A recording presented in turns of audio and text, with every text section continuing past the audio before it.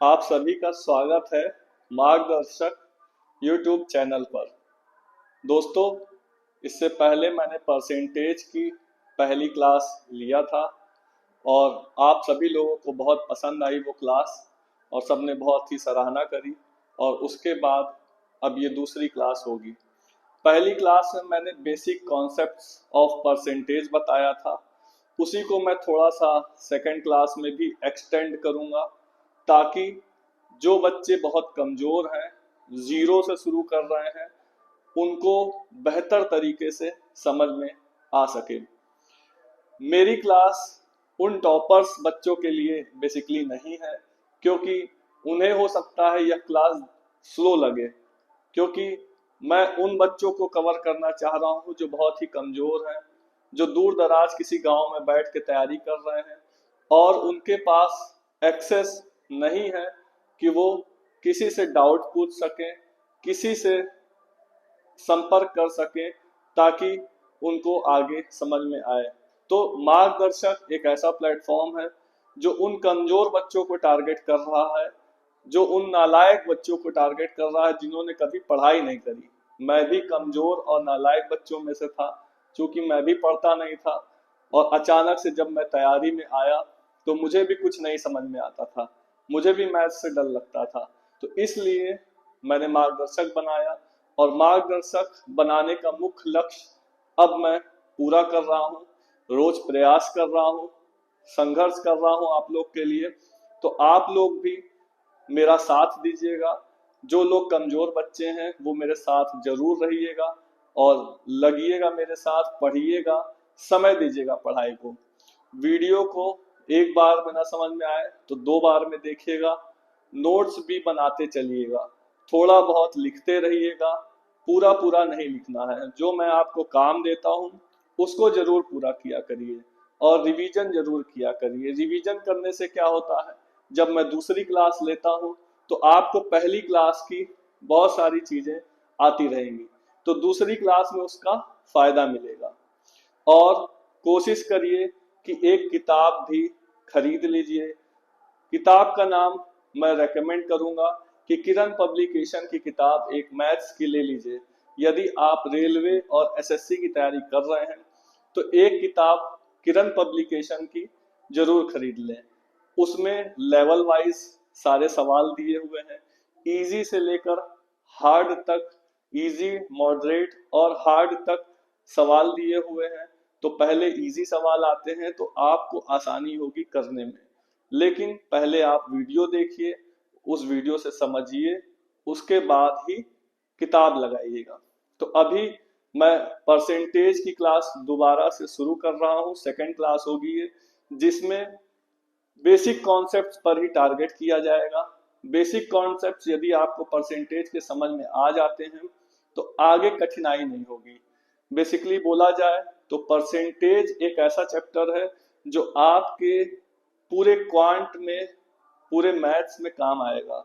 आपकी तैयारी के दौरान परसेंटेज का अहम रोल है। परसेंटेज का इस्तेमाल हमारे दैनिक जीवन में भी होता है। परसेंटेज एक ऐसा चैप्टर है जो हमेशा हमें काम आता है। तो अभी जैसे मैं जॉब पर हूँ, मैंने ज्वाइन कर लिया है नौकरी, तो मेरी सैलरी बढ़ती है, घटती है। परसेंटेज में भी सरकार कुछ बताती है कि डीएनएस अलाउंस बढ़ाया जा रहा है, आठवां वेतन आयोग लगेगा, तो उसमें आपकी सैलरी इतनी बढ़ जाएगी। या फिर आप लोग जब किसी दुकान में जाते होंगे सामान खरीदने, तो वहां पर पे भी आपको दिखता होगा कि सेल लगी है, 50% का डिस्काउंट है, एक के साथ एक फ्री मिल रहा है। तो ये सब परसेंटेज में ही होता है। कभी आप देखते होंगे कि किसी की फीस में इजाफा हो गया 10%, 20%, या कहीं पर फीस को 50% घटा दिया गया, तो यह सब परसेंटेज में ही होता है। तो परसेंटेज को समझना बहुत ही अहम है। आप जब इसको समझ लेंगे तो आगे आपके जिंदगी भर परसेंटेज काम आएगा। तो मैं बेसिक से लेकर के चलूंगा, जो भी बहुत ही कमजोर बच्चा है उसको मैं टारगेट करूंगा और वह भी इस चैप्टर को समझ पाएगा अच्छे से। एक मिनट।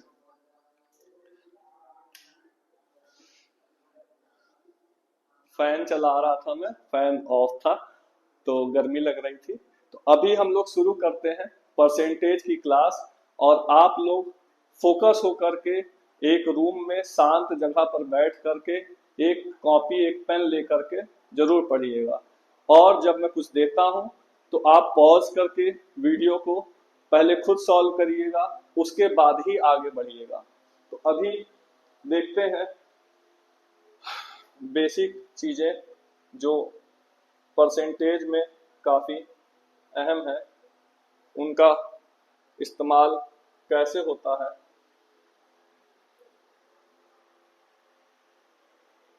अभी तक मैंने आपको बताया था परसेंटेज की जो चार्ट बनती है, टेबल बनती है, उसका मैंने आपको इंट्रोड्यूस किया था। अब हम लोग सबसे पहले थोड़ा सा बेसिक अंडरस्टैंडिंग दोबारा से बनाएंगे, उसके बाद आगे बढ़ेंगे। तो सपोज करिए कि आपको दो सपोज करिए कि दो स्टूडेंट हैं। दो स्टूडेंट, मान लीजिए एक का नाम है राम और एक का नाम है श्याम। ठीक है, ये दो स्टूडेंट हैं। इनके घर पे एक मेहमान आता है और मेहमान इनसे पूछता है कि बेटा तुम्हारे कितने नंबर आए। तो अब कितने नंबर आए, राम और श्याम अपना नंबर बताएंगे। सपोज करिए कि राम ने बताया कि अंकल जी मेरे 200 नंबर आए और श्याम ने बताया कि अंकल जी मेरे 400 नंबर आए। 400 नंबर आए। तो जो मेहमान आया हुआ है उसे लगेगा कि राम का नंबर कम आया है लेकिन श्याम का नंबर ज्यादा आया है, और वह श्याम से सोचेगा कि अपनी लड़की का रिश्ता तय कर दे। लेकिन उसे परसेंटेज के बारे में आइडिया नहीं है। तो यदि अगर परसेंटेज पढ़ा होता तो वह यह भी पूछता कि बेटा तुम्हारे कितने में से कितने नंबर आए, और फिर श्याम से पूछता बेटा तुम्हारे कितने में से 400 नंबर आए, और श्याम कहता मेरे 4000 में से 400 नंबर आए। और फिर राम से पूछता बेटा तुम्हारे कितने में से कितने नंबर आए, तो राम कहता मेरे 250 में से 200 नंबर आए। अब यदि अगर उसे परसेंटेज का आइडिया होता, परसेंटेज के बारे में वह जान रहा होता, तो उसे समझ में आता कि अरे ये तो बहुत कम नंबर है। उसे दिखता कि या तो इसका 4000 में 400 नंबर या तो बहुत कम है। कितना परसेंट हुआ यह, 4 से काटा 10 बार, और परसेंट में निकालते हैं तो हमेशा 100 से गुणा करते हैं, तो पता चलेगा कि अरे यह तो 10% नंबर है। और फिर राम का निकालता तो डबल जीरो ये काटता और 100 से गुणा करता, और फिर देखता 20 चौक 80%। अरे यह तो 80% है, मैंने तो गलत रिश्ता तय कर दिया। मैंने तो अपनी लड़की का रिश्ता श्याम से सोचने लगा था, लेकिन श्याम तो डल निकला, श्याम तो नालायक बच्चा निकला। राम अच्छा लड़का है, राम टॉपर है, मुझे तो राम के साथ रिश्ता तय करना था। तो दोस्तों आपने देखा कि परसेंटेज का रोल कंपैरिजन करने में आता है। एक दूसरे में क्या अंतर है, क्या डिफरेंस है, इसको निकालने के लिए, कंपेयर करने के लिए एक दूसरे के मार्क्स को हम परसेंटेज का इस्तेमाल करते हैं। जैसे कि मैंने आप सभी को फर्स्ट लेक्चर में बताया था कि जो आधार होता है वह नीचे होता है। जैसे राम के मार्क्स में आधार क्या था, 250 था। श्याम के मार्क्स में आधार क्या था, 4000 था। दोनों के आधार अलग अलग थे, आधार दोनों के अलग अलग थे, और मैंने दोनों का कंपेयर किया तो पता चला। अगर यदि ऐसे कंपेयर करते तो ना कर पाते, यदि परसेंटेज हम लोग को ना आइडिया होता तो हम लोग इसका कंपैरिजन नहीं कर पाते। लेकिन जब हम परसेंटेज पढ़े हुए हैं तो हमें पता है कि ये 4000 है, ये 250 है, यही आधार है। इसी के आधार पर हम लोग कंपेयर करेंगे। तभी उसका श्याम का 400 नंबर था और राम का 200 नंबर था। हमने कंपेयर किया तो पता चला यह यह 80% है और यह 10% है। समझ पाए? यह 10% है। तो परसेंटेज का रोल यहाँ पर आता है जब हम कंपैरिजन करते हैं किसी भी दो वस्तु, दो अलग अलग मार्क्स का, किसी दो अलग अलग वस्तुओं का, किसी दो अलग अलग चीजों का जब हम कंपैरिजन करते हैं तो परसेंटेज का रोल आता है। अब हम थोड़ा और दूसरी चीजों के बारे में जानेंगे। जब हम परसेंटेज बोलते हैं, जैसे कि मैंने आपको बताया था कि 1/2 है तो यह 50% है, तो इसमें 100 का गुणा है तब ये 50% है। इतना थोड़ा आपको आइडिया होगा ही। जो कमजोर बच्चे हैं बेसिकली उनको बता रहा हूं मैं, क्योंकि कई बच्चे ऐसे होते हैं जिनको नहीं पता होता। जब हम 100 का गुणा करते हैं, जब भी हम परसेंटेज, अब जैसे ये परसेंट की बात कर रहा है तो 50% यानी 50% प्रतिशत के मार्क्स को जब हम हटाएंगे, यहाँ पे हम गुणा करेंगे 1/100 का, तब निकल के क्या आता है 1/2। समझ पा रहे हो? परसेंट की जगह हम जब भी मान लो 40% है तो हम इसको क्या लिखेंगे 40 इंटू 1/100। प्रतिशत, प्रति का मतलब होता है जैसे 1/, ये प्रति हो गया, 1% मतलब 100, 1%, ठीक है। एक ये प्रति, इस साइन को बोलते हैं प्रति, प्रतिशत, पर सेंट, सेंट का मतलब 100 होता है। तो बेसिकली ये थोड़ा सा अंडरस्टैंडिंग के लिए मैं समझा रहा हूँ, क्योंकि बहुत सारे कमजोर बच्चे होते हैं उनको भी पता होना चाहिए। अब जैसे आपने देखा कि बहुत सारे बच्चे हैं जिनको ये भी निकालने नहीं आता, तो मैं थोड़ा सा समझाना चाहूंगा इन लोगों को ताकि थोड़ा सा आइडिया रहे। जैसे ऐसे कुछ लिखा रहता है तो 16 तिरिक 48 इन दोनों का गुणा होता है और यहाँ पर हम इसको जोड़ते हैं, ठीक है। 16 तिरिक 48 और 2 50, यानी 48 प्लस 2/3। इसको इस तरह से लिखेंगे 48 प्लस 2 50/3। जैसे 14 सही 2/7 लिखा है तो आप ध्यान रखना 14 सत्ते 98, 2 100/7 ये लिखा हुआ है।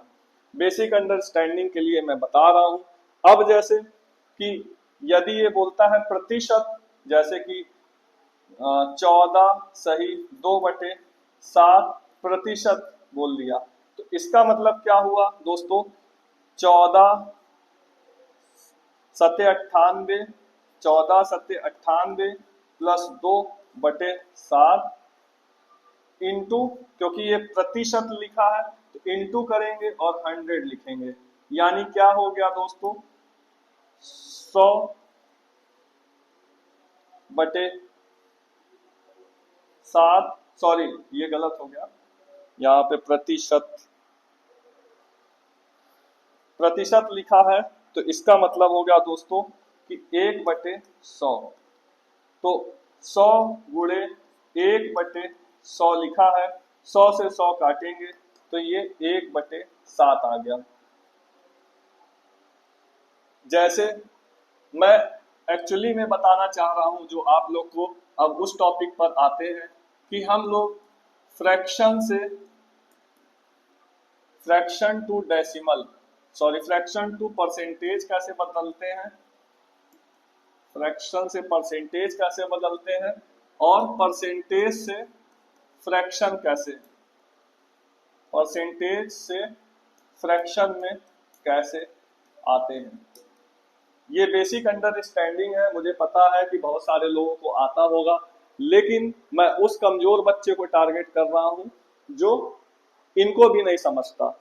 मैं भी ऐसा ही था, मुझे भी नहीं समझ में आता था, इसलिए मैं समझता हूं कि ऐसी चीजों को जितने अच्छे से बताया जा सके बताना चाहिए ताकि जड़ मजबूत हो जाए। ये स्टार्टिंग है, प्रारंभ कर रहे हो आप, तो अगर प्रारंभिक चीजें नहीं आती हैं तो आगे की चीजें कठिन हो जाती हैं।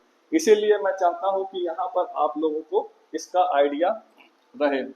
जैसे यदि मैं बोलता हूं 20%, ये लिखा है 20%, तो ये परसेंटेज है, परसेंटेज टू फ्रैक्शन। 20% लिखा है तो इसका मतलब क्या होता है, परसेंट का मतलब होता है 20 गुणे 1/100, यानी 1/5। ठीक है, तो ये क्या हो गया, परसेंटेज टू फ्रैक्शन। ये परसेंटेज में वैल्यू दिया था, मैंने इसको फ्रैक्शन में बदल दिया। अब जैसे फ्रैक्शन से परसेंटेज में बदलना है, यानी 1/5 लिखा हुआ है और कह दिया कि हमें फ्रैक्शन से परसेंटेज में बदलना है, तो हम इसमें 100 का गुणा करेंगे तो कितना हो जाएगा, 20%। ठीक है दोस्तों, जब हमें फ्रैक्शन से परसेंटेज में बदलना होता है तो हम 100 का गुणा करते हैं, लेकिन जब 20% है, हमें फ्रैक्शन में बदलना है तो हम 1/100 का गुणा करते हैं, तो 1/5 आ जाता है, जो कि एक फ्रैक्शनल वैल्यू है।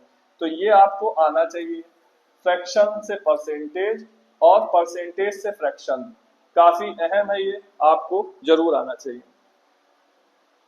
अब जैसे मैंने आपको बताया था वो टेबल जो 1 से 1/2 1/3 करके 1/30 तक की थी, उसको आप लोग ने, बहुत सारे लोगों ने याद किया होगा और बहुत सारे लोगों ने नहीं भी याद किया होगा। तो अभी मैं आपको उसे याद कराऊंगा, थोड़े से कुछ अहम जो नंबर्स हैं उनको मैं याद कराने का प्रयास करूंगा ताकि आप लोग को आसानी से याद हो जाए। जैसे 100% होता है, इसका मतलब क्या होता है दोस्तों, इसका मतलब होता है एक। एक यानी एक का मतलब है कोई एक वस्तु है जो कि पूरी कंप्लीट है। ठीक है, यानी ये 100% है। अब अगर इसी को 200% बोल दिया जाए, 200% बोल दिया जाए, यानी दो हो जाएगी, दो हो जाएगी, डबल हो जाएगी। इसका मतलब क्या हुआ, यह डबल हो गई, दो हो गई। 200% का मतलब डबल हो गई, यानी ये एक और एक दो हो गई।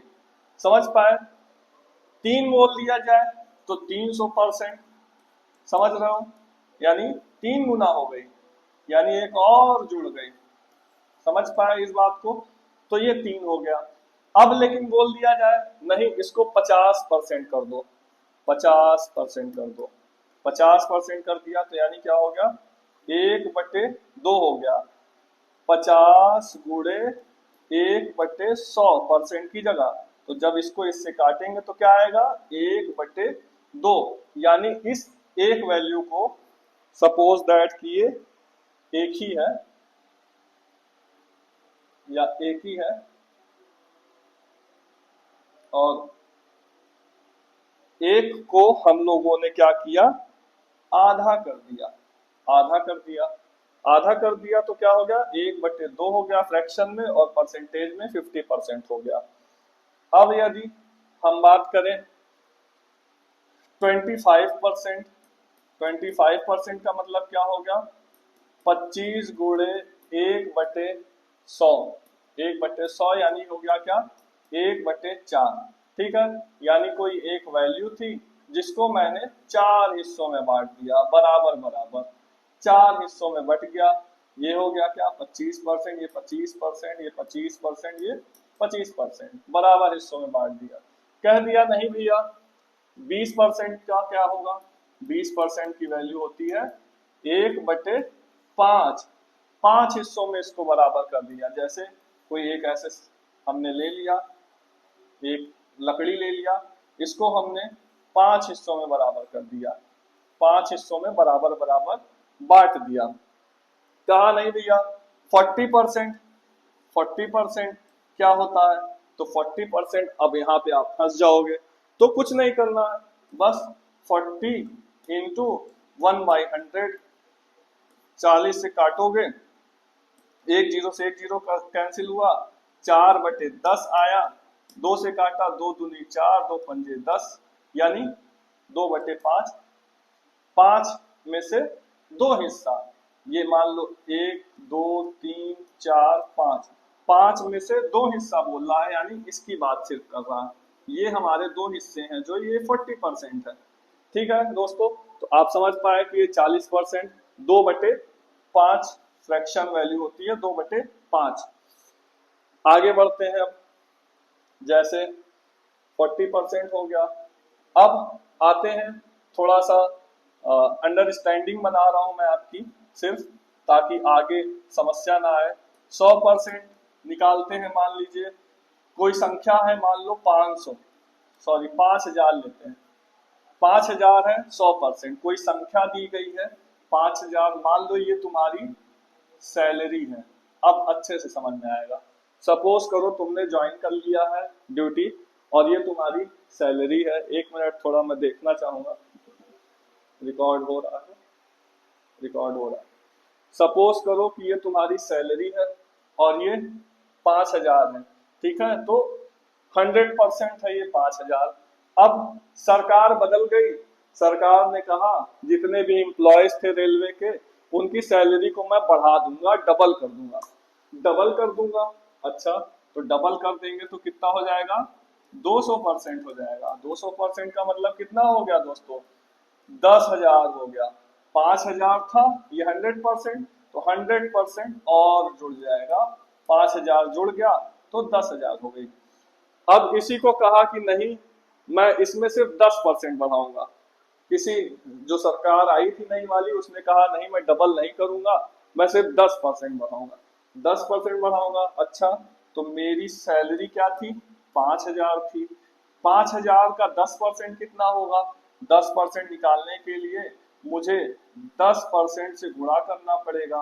10% कितना होगा मुझे देखना पड़ेगा।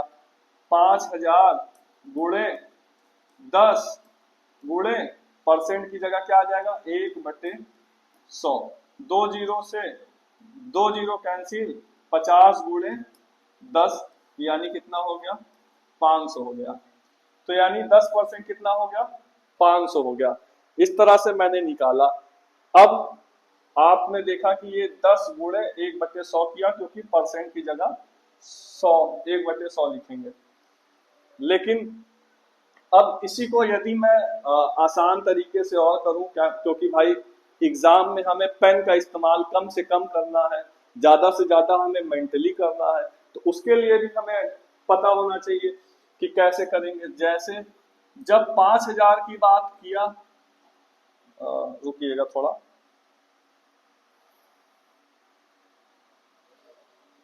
जब 5 जब 5,000 आपको दिया है, आपकी सैलरी 5,000 है, कहा 10% कितना होता है? तो 10% यानी 1 जीरो कम हो जाएगा आपका। 10% कितना हो गया?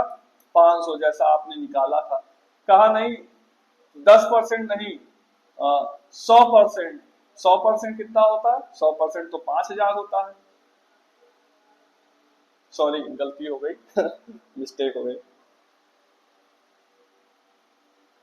जैसे 5,000 की बात कर रहा है, 5,000 की बात कर रहा है, और कहा कि 10% इसका क्या होगा? तो 10% हम 1 जीरो इसमें से निकाल देंगे तो हो जाएगा 500। और कहा नहीं, 1% बढ़ाऊंगा मैं सिर्फ। 1% कितना होगा? उसमें से 1 जीरो और हटा देंगे तो कितना आ जाएगा? 50। कैसे? जैसे 5,000 था, 5,000 था, उसमें हम 1% निकालेंगे। 1% कितना आएगा? 1% यानी 5,000 गुणे 1 गुणे 1/100। 1/100, 2 जीरो कैंसिल, 2 जीरो कैंसिल, कितना आ गया? 50 रुपए। तो आप समझ पाए, जब किसी संख्या का हम 10% निकालते हैं तो उसके 1 जीरो को हटा देते हैं, लेकिन जब 1% निकालते हैं तो जो 2 जीरो को हटा देते हैं। थोड़ा सा इसको समझने का प्रयास करिएगा। ये एक तरीका हो गया लिख कर करने का। ये एक तरीका जो मैं बता रहा हूँ, ये बेसिक अंडरस्टैंडिंग है कि 10%, 5,000 का 10% 500 रुपए होता है, 1% 50 रुपए होता है। अब आगे बढ़ेंगे, इस चीज को समझ लिया आपने।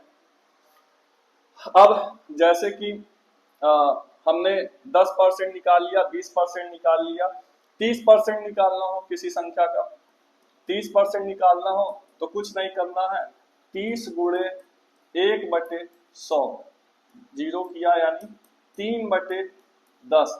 किसी भी संख्या का 30% निकालना है तो हमें उसको 3/10 से गुणा करना पड़ेगा। ये आप समझ पाए। अब जैसे बोल दिया कि नहीं 22% बताओ, तो 22% किसी संख्या का 22% कितना होगा, 22 गुणे 1/100 से गुणा किया तो आ जाएगा कितना, 22/100 यानी 2 से काटा 11/50। किसी संख्या का 22% निकालना है तो उस संख्या को हमें 11/50 से गुणा करना पड़ेगा। ये आप देख पा रहे हो कि मैं कैसे परसेंटेज से फ्रैक्शन में बदल रहा हूँ, परसेंटेज से फ्रैक्शन में बदल रहा हूँ। काफी आसान है ये बहुत सारे लोगों के लिए, बहुत सारे लोग समझ गए होंगे, लेकिन उस बच्चे को अच्छे से समझ में आ रहा होगा जो बच्चा कमजोर होगा।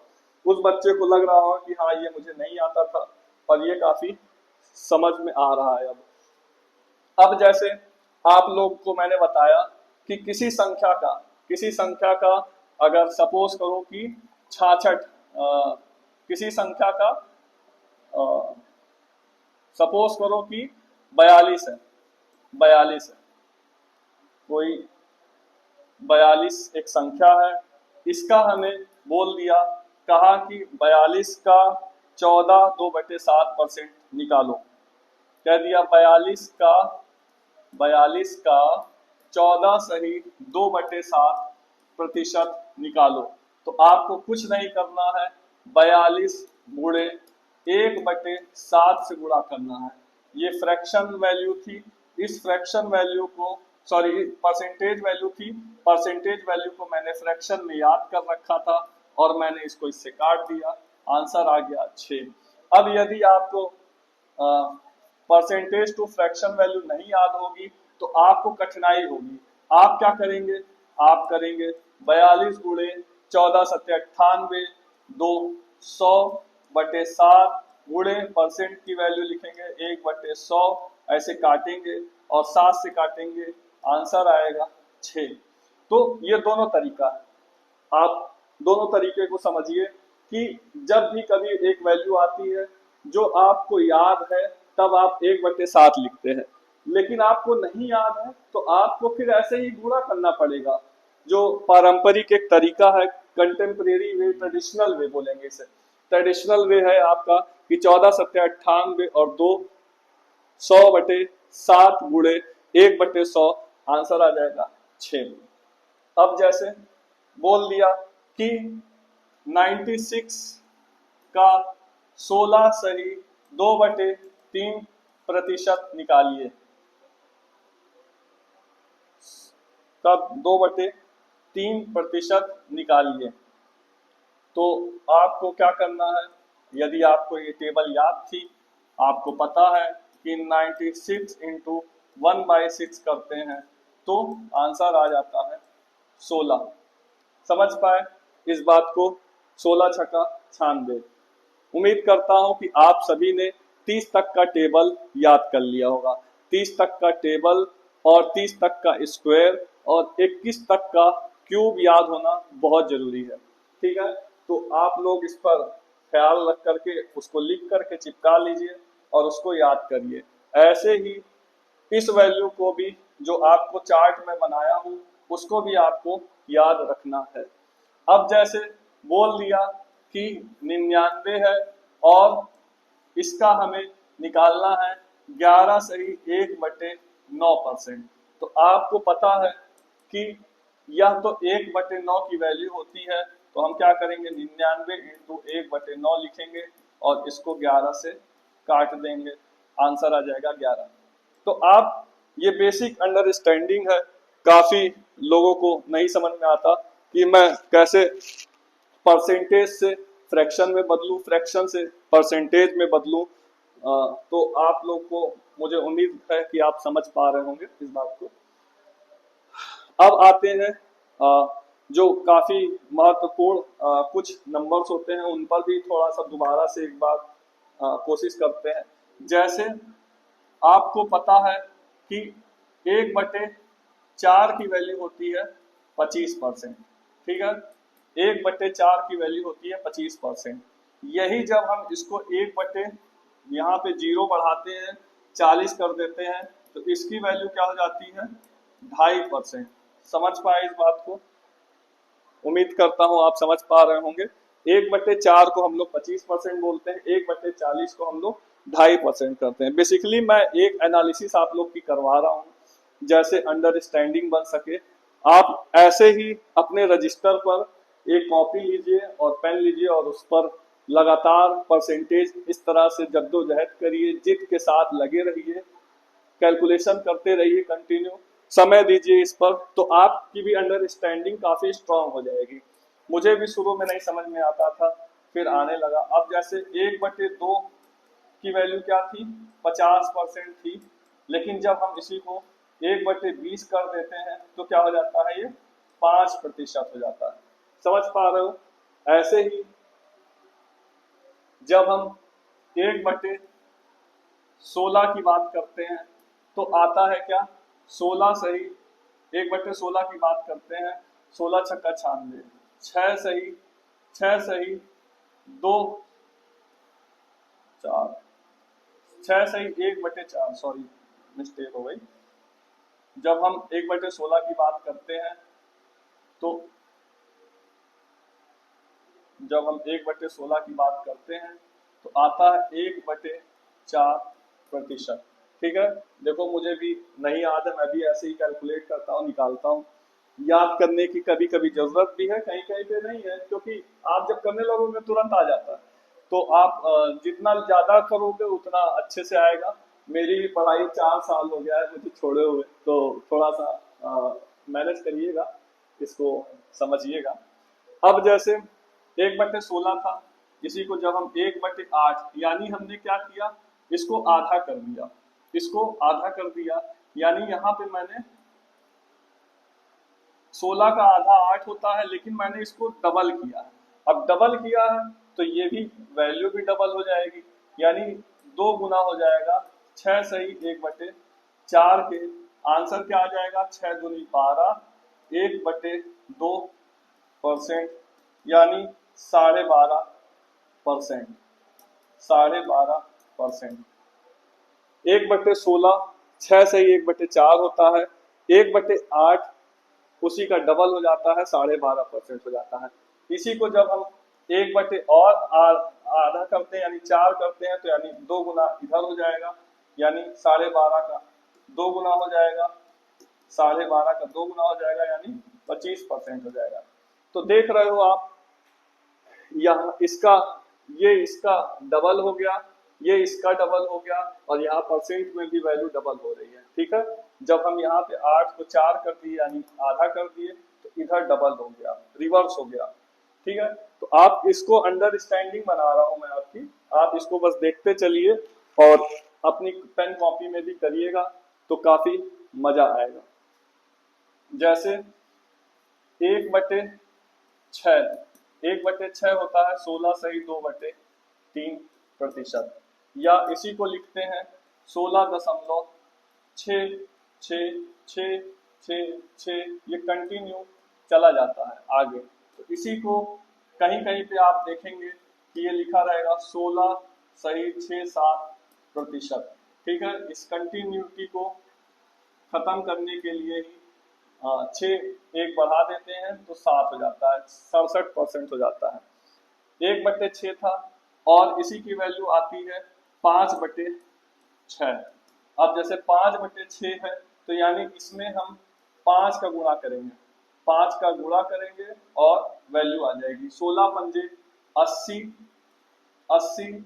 और यहाँ पे जब आप 6 है, यानी कि ये वाला लिखें अगर, 16×5 80, और 5 का गुणा करेंगे, 5 दूनी 10/3, यानी 3 तिरिका 9, ये हो जाएगा 83 सही 1/3%। 83 सही 1/3%। अब इस चीज की अंडरस्टैंडिंग थोड़ा मैं बनाना चाहूंगा आपकी, काफी महत्वपूर्ण है ये। जैसे कि सपोज दैट कि मैं बात कर रहा हूँ 6 हिस्से की। यहाँ पर आपको अंडरस्टैंडिंग बनाना बहुत जरूरी है, ये आकृति से बहुत बेहतर तरीके से आप समझ पाएंगे। जैसे कि मैंने 6 हिस्से काट दिए, 1 2 3 4 5 और 1 6, 6 हिस्से काट दिए। अब ये 1 हिस्सा, 2 हिस्सा, 3 हिस्सा, 4 हिस्सा, 5 हिस्सा, 6 हिस्सा, ये 6 हिस्से हैं टोटल। और अगर इसे कंप्लीट वैल्यू बात की जाए तो ये 100% है। अगर कंप्लीट वैल्यू की बात की जाए तो ये 100% है। ठीक है दोस्तों, ये 100% है। अब जैसे 1/6 की बात कर रहा था जब, तो सिर्फ इस वाले हिस्से की बात कर रहा था। 1/6 यानी ये कितना था, 16.66% था। ये 16.66% था। लेकिन जब ये बोला 5/6, 5/6 यानी ये वाला भी, ये वाला भी, ये वाला भी, ये वाला भी, ये वाला भी, यानी एक हिस्सा बस रह गया। 5 हिस्से ले लिया, एक हिस्सा रह गया। तो अब हम जो इधर से चल रहे थे, आपने देखा कि मैं यहाँ पे फंस गया था, है ना, तो आप भी फंसोगे। तो इस चीज को आपको समझना है कि हम इसको कैसे निकालेंगे। ये अंडरस्टैंडिंग बनाओ कि इसको हम एग्जाम में कभी इस तरह से ऊट पटांग कुछ दूसरा आ गया, फ्रैक्शन या परसेंटेज, तो हम कैसे समझेंगे इसको।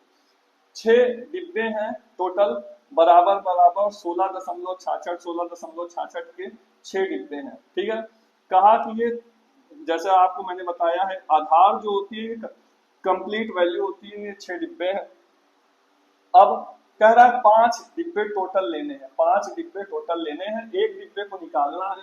तो हम इधर से ना जा करके, हम 5 डिब्बे को ना काउंट करके, हम एक डिब्बे को यदि माइनस कर दें, एक डिब्बे को माइनस कर दें, यानी 100% में से 16.67 माइनस कर दें, तो हमें मिल नहीं जाएगा 83.33%।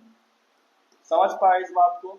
जब मैंने 6 डिब्बे में से एक डिब्बा माइनस कर दिया, यानी ये 5 डिब्बे की बात कर रहा था, 5 डिब्बे की बात कर रहा था, टोटल 100% था। 100% में से 5 डिब्बे लेने थे, एक डिब्बा निकाल देना था। एक डिब्बे की वैल्यू क्या थी, 16.67 थी। मैंने 100 में से इसको माइनस कर दिया, तब आंसर आ गया क्या हमारा, 83.33%। तो बेसिक वैल्यू जो थी, वो आधार वैल्यू जो थी, कंप्लीट वैल्यू जो थी, वो 6 थी। 6 में से मैंने एक डिब्बा निकाल दिया और हमारा 83.33% आ गया। तो इसको आप समझ पाए। जब ये बात करें 1/6, 2/6, सॉरी 1/6, 2/6, 3/6, 4/6, 5/6, 6/6, है ना। तो एक डिब्बा, दो डिब्बा, 3 डिब्बा, 4 डिब्बा, 5 डिब्बा, 6 डिब्बा, टोटल हमारे 6 डिब्बे हैं। 6 में से हमने 5 डिब्बे को माइनस कर दिया, तो एक डिब्बे की वैल्यू 100 में से माइनस कर दिया, एक डिब्बे की वैल्यू माइनस कर दिया, तो हमारे 5 डिब्बे की वैल्यू आ गई। समझ पाए, 100 में से एक डिब्बे को माइनस किया और 5 डिब्बे की वैल्यू हमारी 83.33 आ गई। आगे बढ़ते हैं दोस्तों, काफी अच्छा कॉन्सेप्ट है ये और मजेदार भी है। तो अभी जैसे आपने देखा, अब सपोज करो कि आप किसी दुकान में जाते हो, मान लो एक शॉप है, शॉप में सेल लगी हुई है, कहता है कि मैं एक के साथ एक फ्री दे दूंगा, एक के साथ एक फ्री दे दूंगा। मान लो कोई कपड़ा है, कोई क्लोथ है, कपड़ा है, और इसकी वैल्यू जो है वो 100 नहीं बोलेंगे, 105 रुपए है। ठीक है दोस्तों, कह दिया 105 रुपए है, 105 रुपए है। एक शॉप है, उसमें आप जाते हो कपड़ा खरीदने, उसकी वैल्यू 105 रुपए है। ठीक है, बोल दिया कि मैं एक के साथ एक फ्री दे रहा हूँ, एक के साथ एक फ्री दे रहा हूँ, यानी ये आपका 100% है, 100% है। एक और मिल जाएगा, तो यानी हमें 210 रुपए की चीज मिल गई, और हमने कितना पे किया, सिर्फ 105 रुपए, एक के साथ एक फ्री, यानी टोटल हमें 100% का फायदा हो गया। अगर प्रॉफिट बोले कितना हुआ, तो हमें टोटल प्रॉफिट हुआ 100% का। क्योंकि हमें एक के साथ एक फ्री मिला। समझ गए इस बात को? तो आपको परसेंटेज और क्वांटिटी क्वांटिटी या प्राइस प्राइस में और परसेंटेज में अंतर आप समझ पा रहे हो। परसेंटेज 100% में काउंट होता है। प्राइस प्राइस हो गया, किसी वस्तु का प्राइस हो गया, या क्वांटिटी जिसे आप लोग मात्रा भी बोलते हो, मात्रा मात्रा भी बोलते हो, प्राइस हो गया, क्वांटिटी हो गई, या फिर मार्क्स हो गए। अगर मार्क्स की बात की जाए तो मतलब ये आपका आधार इसमें अलग अलग हो सकता है। प्राइस अलग अलग हो सकते हैं, क्वांटिटी अलग अलग हो सकती है, मार्क्स अलग अलग हो सकते हैं। या फिर बोल दिया कि फ्रूट्स है, मान लो फ्रूट्स है, कह दिया कि ये 10 फ्रूट्स थे, 10 के साथ 10 फ्रूट फ्री मिल जाएंगे, तो फ्रूट हो गया। मतलब कोई भी वस्तु हो सकती है, प्राइस हो सकता है, क्वांटिटी हो सकती है, मार्क्स हो सकते हैं। तो इसमें हमें समझना पड़ेगा, और इन्हीं के सवाल हमेशा आते हैं। इन्हीं सब सवालों को हम लोग जब देखेंगे तो हम लोग समझ पाएंगे वैल्यू को कैसे बढ़ाते हैं, कैसे घटाते हैं, प्राइस में इंक्रीज कैसे होता है, डिक्रीज कैसे होता है, मार्क्स हमारे बढ़ेंगे घटेंगे।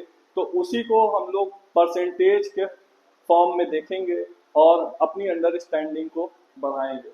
अभी आगे और चलते हैं। जैसे कि 1/9 की वैल्यू मैंने आपको बताया था कि 11 सही 1/9% होती है। इसी को हम डेसिमल फॉर्म में भी लिखेंगे, 11.11%। ठीक है। तो अब अगर हम 2/9 की बात करें, 2/9 की बात करें तो ये 11 की टेबल के फॉर्म में चलता है, इसको आप लोग को याद रखना है। तो 22.22%। अगर हम इसी को 4/9 की बात करें, 8/9 की बात करें, तो टेबल 11 की चलती चली जाएगी। जब नीचे 9 रहता है तो यहाँ 11 की टेबल चलती है। 4 है तो यानी 44.44%। 8/9 लिखा हुआ है तो यानी 88.88%। ऐसे ही जब हम लोग अब आगे बढ़ेंगे, 10 का तो आप लोग को पता ही होगा। अब हम लोग 11 को लेंगे।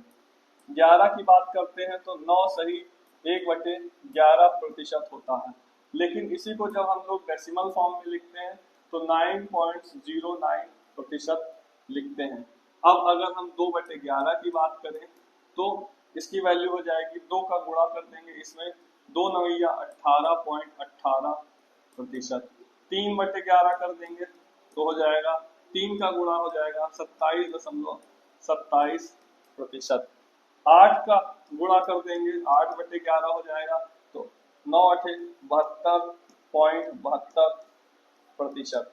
इस तरह से हमें वैल्यू को लिखना है अपनी कॉपी में, और एक टेबल बनाना है, और उसको हमेशा देखते रहना है। और कोशिश ये करिए कि प्रैक्टिस भी करिए, लिख करके बार बार निकालिए, बार बार प्रैक्टिस करिए, ताकि आपको ये याद हो जाए। शुरू में मुझे भी नहीं याद होता था, जब मैंने खूब सारा प्रैक्टिस किया तो मुझे भी याद होना शुरू हो गया। अब जैसे 1/16 का मैंने आपको बताया था कि 6 सही 1/4 होता है। ऐसे ही जब हम इसी को 3/16 करेंगे तो हमें इसमें हमें 3 का गुणा करना पड़ेगा। बहुत सारे बच्चे इसको गुणा भी नहीं कर पाते होंगे, तो गुणा करना मैं सिखा रहा हूँ। 3 छंग 18 होगा, इस 3 का गुणा फिर 1 में होगा 3/4। ऐसे करके परसेंटेज निकालेंगे। 18 3/4%। समझ पा रहे हो? तो ये बेसिक अंडरस्टैंडिंग बना रहा हूँ मैं सिर्फ। इसके बाद हम लोग सवाल लेंगे, और सवाल में भी कॉन्सेप्ट आएंगे, तो उन कॉन्सेप्ट को भी समझेंगे और आगे बढ़ेंगे। ये क्लास उन लोगों के लिए बोरिंग हो सकती है जिनको काफी अच्छे से परसेंटेज आता है, लेकिन ये उन बच्चों के लिए मैं करवाना चाह रहा हूँ जो बच्चे बहुत ही कमजोर हैं। अब बात करेंगे हम लोग परसेंट इंक्रीज और डिक्रीज की। जैसे कोई भी वस्तु होती है 100% होती है, ये आपको पता है। कोई भी वस्तु है उसकी 100% है। अब जैसे उसमें या तो आपका परसेंट इंक्रीज होगा या तो डिक्रीज होगा।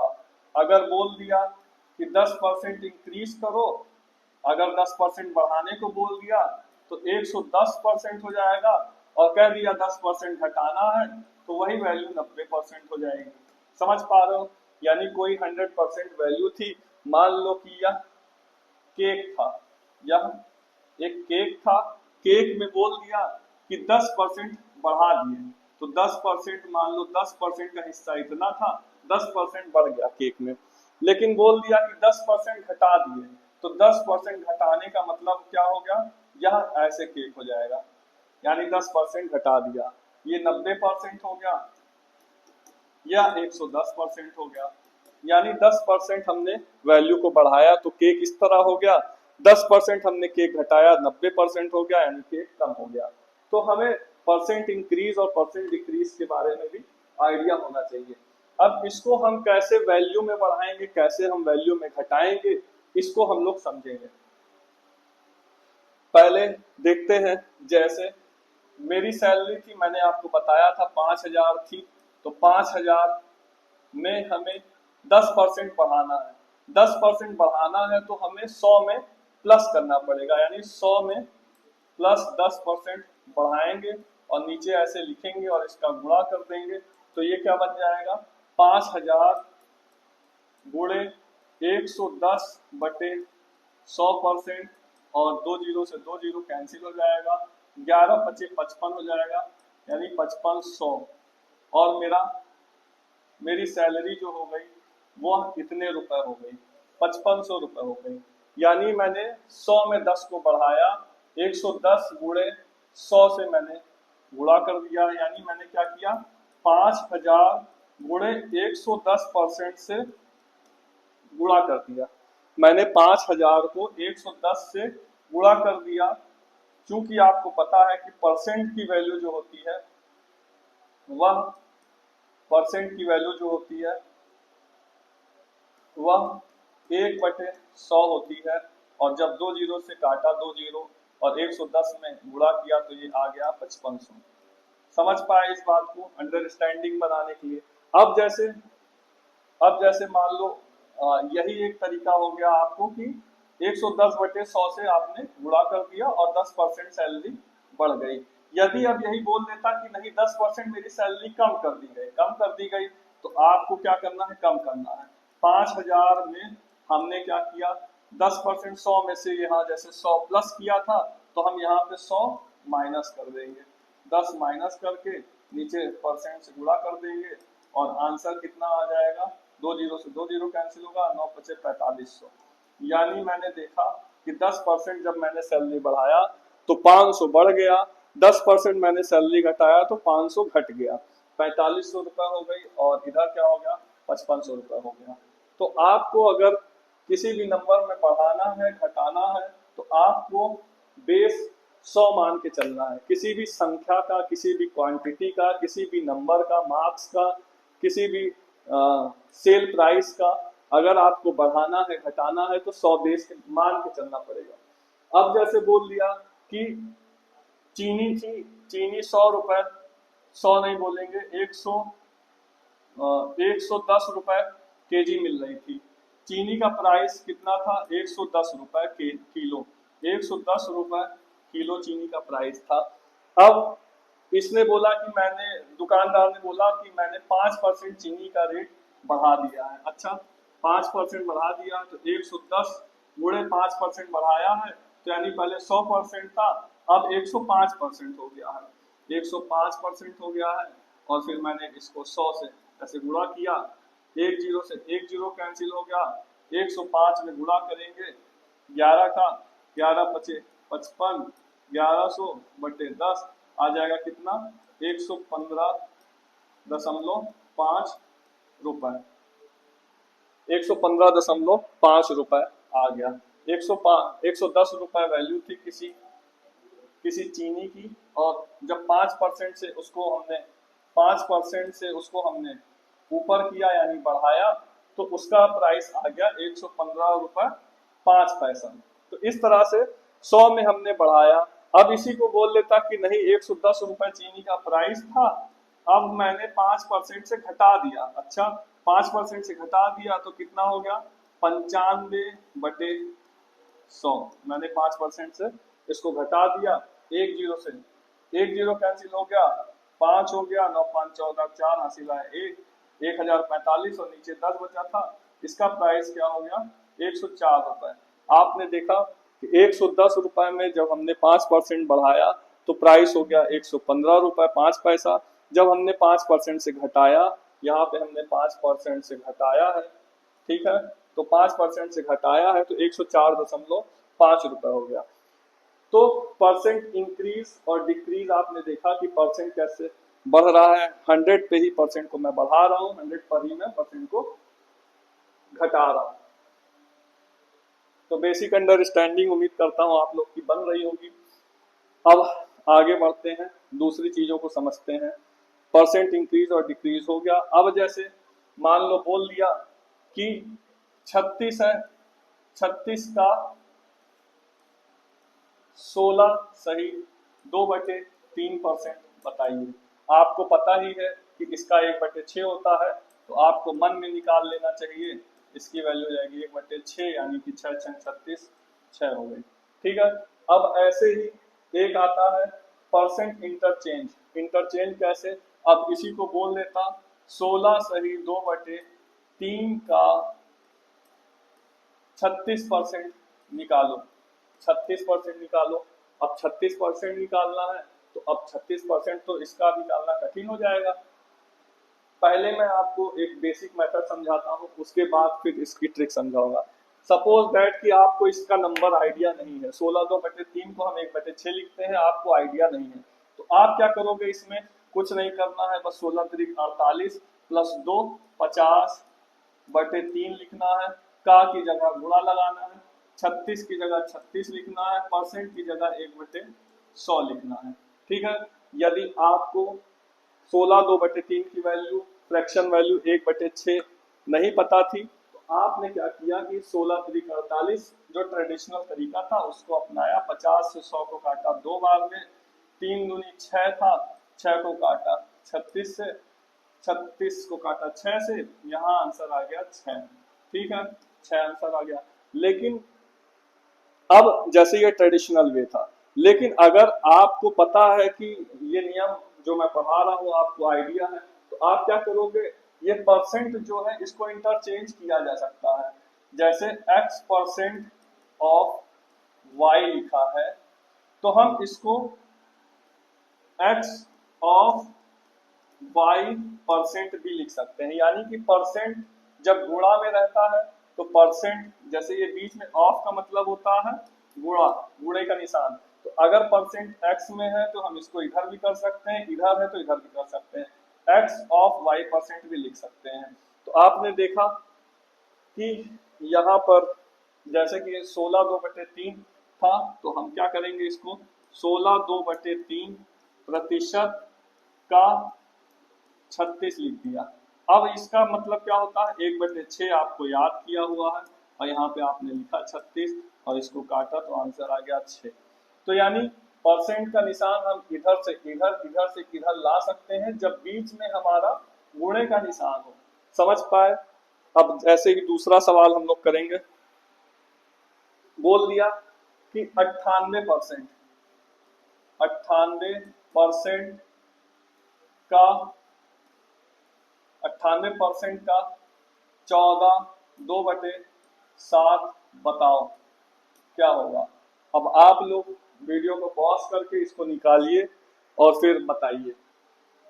उम्मीद करता हूँ आपने पॉज करके इसको किया होगा। तो अब जैसे ये परसेंट को मैं उधर ले जाता हूँ, 98 का 14 2/7%। पहले मैं ट्रेडिशनल वे बताऊंगा, फिर उसके बाद ट्रिक वाला बताऊंगा, ठीक है।